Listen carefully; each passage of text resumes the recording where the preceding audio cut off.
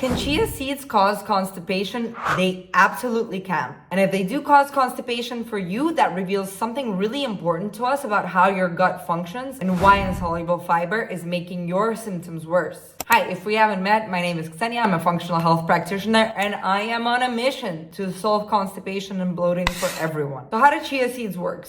So 2 tablespoons of chia seeds have about 10 grams of fiber. It's mostly soluble fiber, so it absorbs a lot of water and creates that jelly-like consistency. In ideal conditions, if your motility is working well, if your colon muscles are working well, and you have a good proportion of bacteria, good to bad, in your gut, the gel adds bulk, softens your stool, and things move more smoothly and better. In less than ideal conditions, the gel creates a traffic jam. Chia seeds absorb up to 12 times their weight in water. So without enough water, or if your motility isn't working properly to push things along, it creates a thick, dense mass that your body can't move through. Reason number 1 can be as simple as not enough water. If dry chia seeds reach your colon, they absorb water from your intestines, creating dry stool, creating slow bowel movements. So always soak your chia seeds in some water, and even better, drink water alongside of chia seeds throughout the day. Reason number 2 can be too much too fast. If you're coming in from having a very low fiber diet and all of a sudden you add all of this fiber, and chia seeds are very dense in fiber, then that can create a bacterial overdrive. Your bacteria are not used to getting this much fiber, having to ferment it all at the same time. So there's massive fermentation, which leads to gas, bloating, and also constipation. So if you're new to fiber, go low and slow. Start with 1 teaspoon soaked in water, keep it at that for a while, and slowly increase over time. Reason number 3 can be underlying motility issues. If your constipation is coming from an impaired, damaged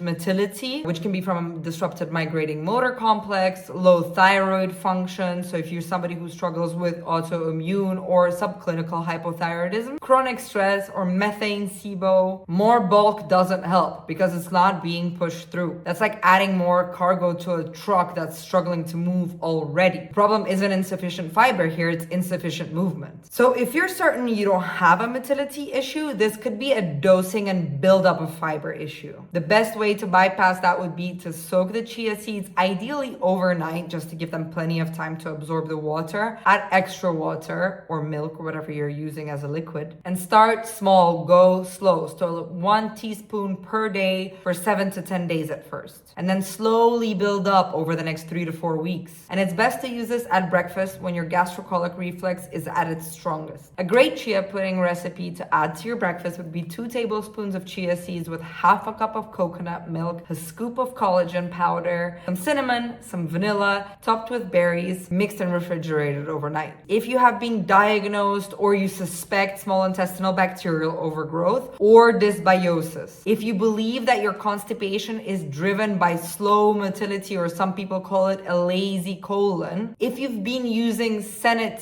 for a long time, the nerves in your colon can be damaged and atrophied. If you experience significant bloating, even when you have a lot of water alongside soaked chia seeds, this all could be the wrong kind of constipation that's not really ready yet to respond to fiber. Fiber is great, but not everybody's constipation or gut is at a stage where it's ready to receive it, which is where you need to do root cause investigation, find out what's causing your bloating and constipation, remove that stressor, and then add in fiber. If you want to book a free strategy call with me to figure out what could be the real driver of your constipation, I've added a link below in the description.